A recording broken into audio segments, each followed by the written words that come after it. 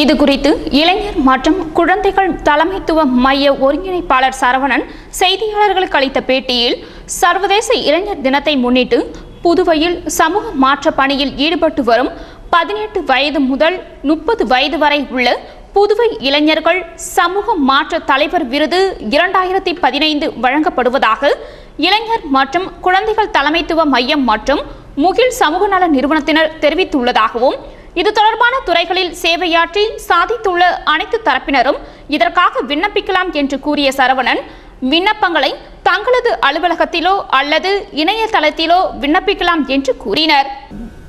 தேதி ஆகஸ்ட் மாதம் இவ்விருதினை வழங்க உள்ளோம். அதற்கான விண்ணப்பங்கள் வந்து சேர வேண்டிய கடைசி நாள் 5/8/2015. மேலும் தகவல்களுக்கு எங்களுடைய அலுவலகத்திலோ அல்லது எங்களுடைய இணையதளத்திலோ பெற்றுக்கொள்ளலாம்.